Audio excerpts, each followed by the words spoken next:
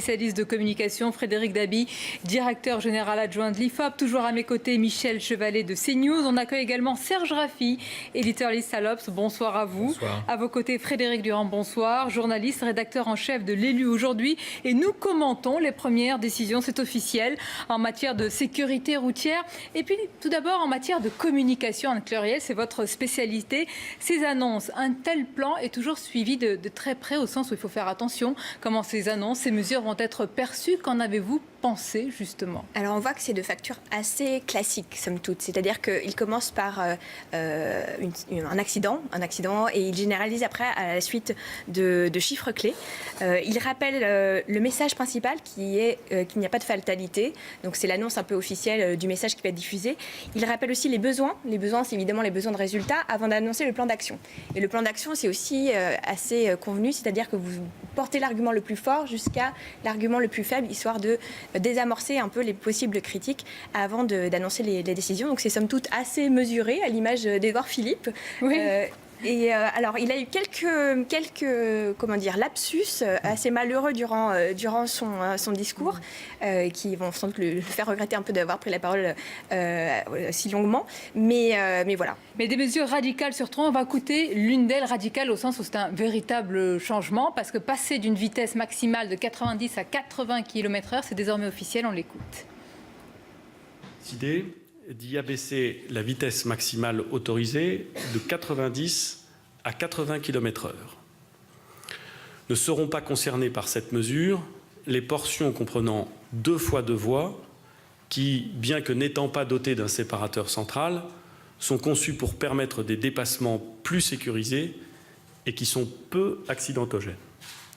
La mesure que nous venons de décider s'appliquera dès le 1er juillet 2018 et je souhaite que son impact sur l'accidentalité soit étudié avec la plus grande précision et la plus grande objectivité. Frédéric Dabi, comment cette mesure peut-elle être accueillie par nous tous, par l'opinion publique, par les Français? Alors, il faudra bien voir les sondages et ne sortir d'une logique court-termiste. Bien sûr, il se peut que, et le Premier ministre l'a rappelé sur des mesures passées comme les radars, comme les permis à points, que l'opinion soit au début un petit peu rétive. Mais le Premier ministre, dans son discours, avec ce registre émotionnel, ce registre volontariste, joue sur du velours, puisqu'on est sur un des rares domaines où la puissance publique, les pouvoirs publics ont obtenu des résultats, et on est sur une politique publique où la finalité est extrêmement claire. Faire diminuer le nombre de morts et de blessés. Donc les Français, au-delà d'une réaction, on aura une enquête fiduciale pour CNews jeudi matin, qui donnera sans doute des résultats mitigés, mais les Français se placeront sur une logique de résultats. D'ailleurs, c'était intéressant qu'ils fassent ça sur une logique d'évaluation, nous ferons, avec une clause de revoyure pour 1er juillet 2020, quels seront les effets, les résultats de cette mesure. Il est assez manager de ce point de vue-là, mais les Français, au-delà d'humeur, on a vu sur d'autres types de mesures, ne se placeront, n'évalueront la politique et les mesures que sur les résultats, à savoir un nouveau cycle de baisse assez fort du nombre de morts et de tués. On va continuer à en parler, on va rejoindre sur place dans la cour de Matignon, de l'hôtel de Matignon, notre journaliste Yohann Usaï. Yohann, bonsoir, vous avez écouté comme nous évidemment la prise de parole du Premier ministre, vous y étiez. Le Premier ministre Édouard Philippe qui a pris beaucoup de précautions en parlant finalement de la colère et de l'agacement des automobilistes, qui a déminé également un autre sujet. Il a dit qu'il n'y avait pas de lien avec un quelconque souci financier par rapport à ces mesures qui sont prises.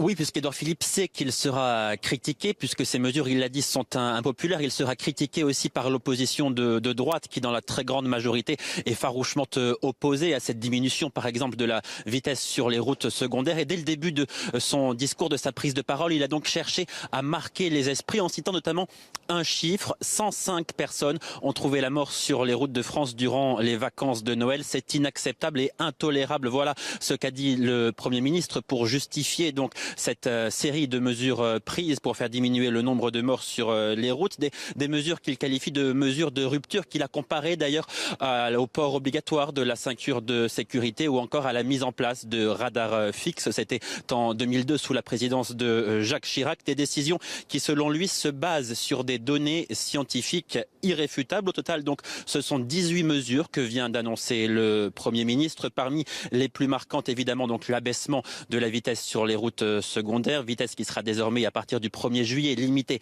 à 80 km/h. Et grâce à cette mesure, eh bien, le gouvernement espère sauver une vie par jour. Dans 2 ans et demi, un premier bilan sera dressé de cette mesure. Et si cela ne fonctionne pas, Édouard Philippe s'est quasiment engagé à revenir dessus. Seulement, il en est persuadé, le nombre de morts diminuera. Il l'a dit d'ailleurs, il l'a répété. Oui, il est prêt à être impopulaire car ces mesures porteront leurs fruits.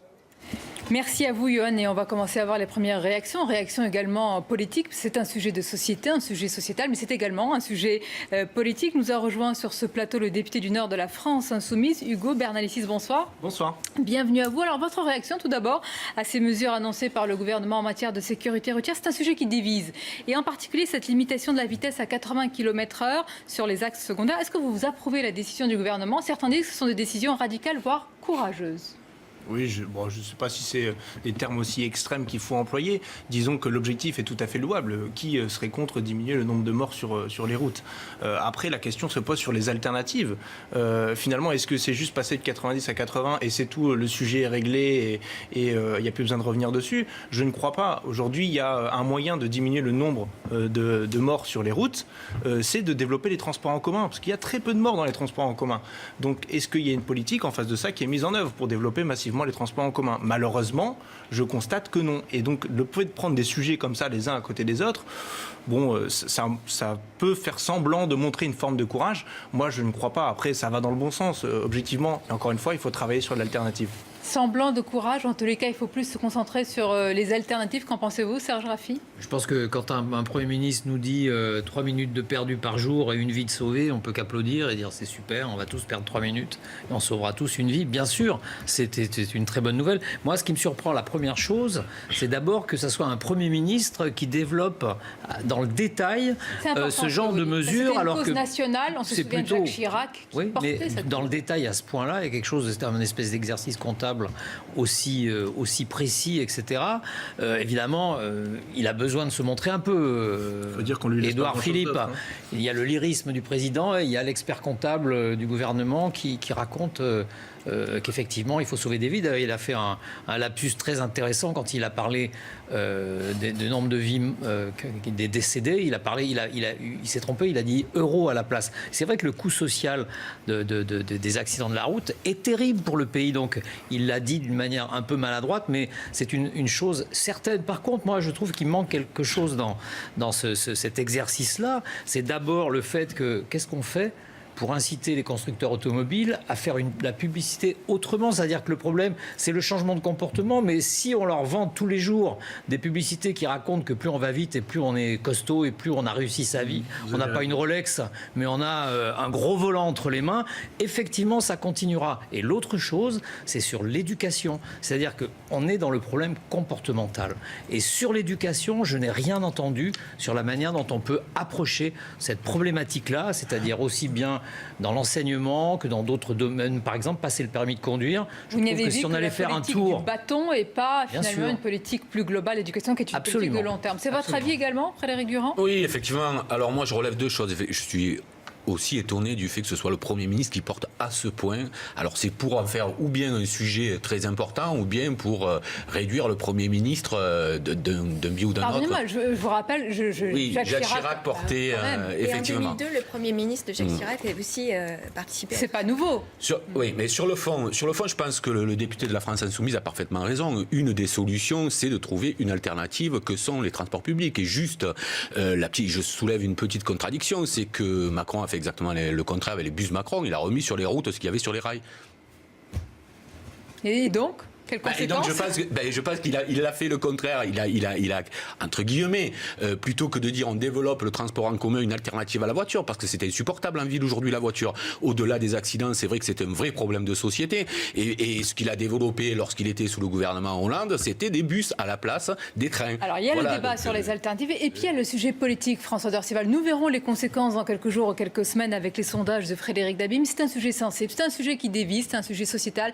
Il nous concerne tous, qu'on soit conducteur ou pas, parce qu'évidemment c'est un espace commun, les routes. Est-ce que selon vous, le gouvernement a déminé là toutes les réticences, toute la grogne des automobilistes et puis de la société en général qui se demande est-ce qu'on ne nous prend pas pour des vaches à lait? Est-ce que ce n'est pas pour renflouer les caisses de l'État? Et est-ce que vraiment à 10 km par heure près, c'est vraiment efficace? Est-ce que toutes ces questions que l'on se pose tous, ici même sur ce plateau, est-ce que selon vous, il y a répondu? En tout cas, il a tâché d'y répondre. Mais ce qui est intéressant, ce sont les étapes qui ont préparé cette décision. Parce qu'il ne faut pas croire que nous ne savions pas qu'aujourd'hui serait annoncée la diminution de la vitesse à 80 km/h sur les routes secondaires.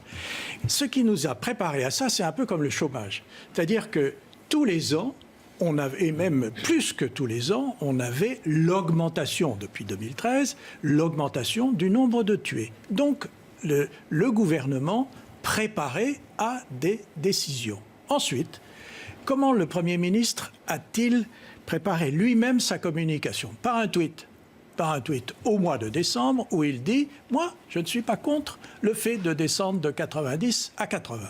Et puis ensuite, on a parlé d'un certain nombre d'expérimentations scientifiques. Ça, c'était au tout début de ce mois de janvier. Et d'ailleurs, le président du Sénat a réclamé, puisqu'il est responsable des territoires, a réclamé à avoir les éléments de ces expérimentations. Aujourd'hui, on en a su un peu plus. Alors, politiquement, vous m'avez posé 2 questions. Première question, vache à lait. Les amendes, ceci est dans le budget. Les amendes qui sont attendues cette année, c'est 1,8 milliard. Voilà. Donc, avec les budgets de la sécurité et de l'éducation routière, vous avez ce chiffre. En ce qui concerne maintenant ce qui a été dit, il y a d'une part ce qui dépend du comportement au volant ne peut pas être discuté. Ce qui sera discuté, c'est la fameuse vitesse. Il s'en est expliqué. Moi, je ne crois pas que ça comportera beaucoup d'éléments contrariant en matière de popularité. On verra ce qu'il en sera. Nous le verrons dans quelques jours. Mais justement, vous avez dit tout à l'heure, Hugo Bernalicis, mais que reste-t-il au Premier ministre? Mais il lui reste quasiment tous les dossiers sensibles, parce qu'il y a la sécurité routière, mais pas seulement. Il y a à venir une décision importante qu'on commence un petit peu à deviner autour de l'aéroport Notre-Dame-des-Landes. Il y a aussi le projet de loi autour de l'immigration et l'asile que le Premier ministre va devoir défendre lui-même devant les associations ce jeudi. Mais tout d'abord, sur la situation de la ZAD, quelle que soit la décision qui sera prise sur l'aéroport Notre-Dame-de-Landes, il faudra évacuer cette ZAD. Et aujourd'hui, comme malheureusement par hasard, se rappelle à nous le souvenir de la mort de Rémi Fraisse avec une ordonnance de non-lieu autour de ce gendarme qui avait donc lancé cette grenade offensive. Il y a toujours ce traumatisme qui est présent alors que l'on sait, on va devoir évacuer la ZAD de Notre-Dame-des-Landes. Oui, mais évacuer, si l'objectif c'est de faire en sorte que le lieu retrouve son utilisation d'origine et qu'il n'y ait pas d'aéroport à la place, oui, je pense que ça peut être un objectif atteignable, mais il faut le faire dans la discussion. Parce que si c'est pour renvoyer les policiers ou les gendarmes en l'occurrence de manière frontale vis-à-vis des personnes qui sont sur le site, on va recréer du conflit, on va recréer de la conflictualité. Mais je vous pose franchement la question, vous pensez qu'ils sont en situation de discussion les zadistes aujourd'hui? Oui, moi je pense. Oui, tout vous à y fait. étiez? À partir du moment. Parce que ce qu'on décrit. Non, mais attendez. À partir du moment où le projet d'aéroport est abandonné, je pense que le dialogue peut tout à fait s'ouvrir. Mais je le crois sincèrement. En tout cas, mais ceux qui sont sur place, pour le moment, disent quelle que soit la décision qui est prise, nous ne comptons pas partir de la ZAD aujourd'hui. Écoutez, il faudra entamer une discussion. Ce que je sais, c'est que d'envoyer des gendarmes mobiles, c'est pas une discussion.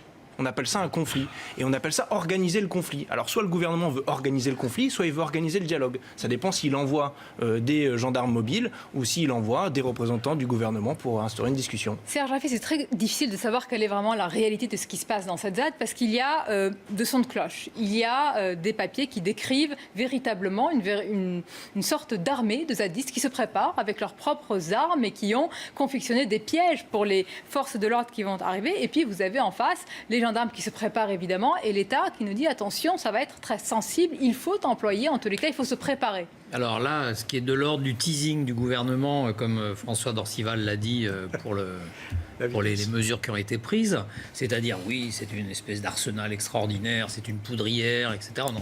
On n'en sait rien. Par contre, moi, ce que je lis dans la manière dont Édouard Philippe s'est présenté ce soir, c'est quand même finalement, par une formule, Édouard monte au front. C'est-à-dire que ce qu'on voit, c'est que au tout début, finalement, il commence à devenir le pare-feu du président, c'est-à-dire qu'on rentre dans la hiérarchie institutionnelle très classique de la Ve République, où le Premier ministre est prêt à prendre des coups. On le voit sur cette affaire-là, on va le voir, vous l'avez dit, sur Notre-Dame-des-Landes, on va le voir sûrement sur l'immigration, etc.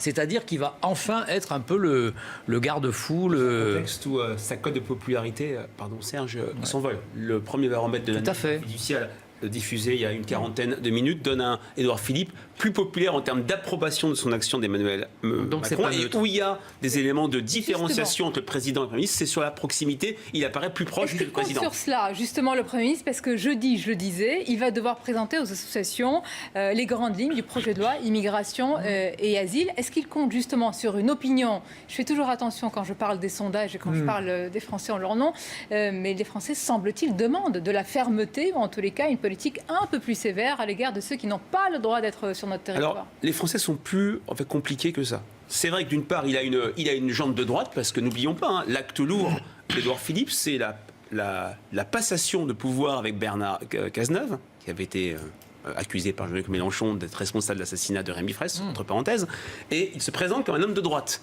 Et il a toujours, malgré les attaques des Républicains, une popularité étincelante à droite. Dans cette enquête, il a 70% d'approbation chez les sympathisants LR. C'est vrai que globalement, les Français veulent une politique de fermeté. Pour autant, ils ont aussi une jambe d'humanité qui fait que une politique trop dure, un gouvernement qui pencherait beaucoup plus à droite, lui ferait perdre son côté gauche. Hugo Bernalicis, moi j'ai le souvenir que quand on parlait de la loi antiterroriste, vous aviez parlé de la France en décrivant ce pays comme une démocrature. Une démocrature, vous n'allez quand même pas utiliser ce mot pour ce projet de loi asile-immigration. On verra quand on aura les éléments concrets.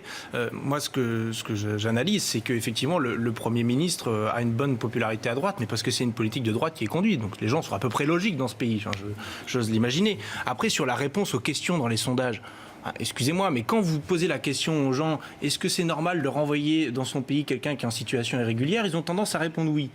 Si vous leur posez la question, est-il normal, est-il normal d'accueillir quelqu'un qui demande l'asile parce qu'il y a la guerre dans son pays, ils répondent oui aussi. Tout à fait. Vous voyez ce que je veux dire? Donc la manière de poser la question induit une partie de la réponse. Mais on pose les deux, monsieur.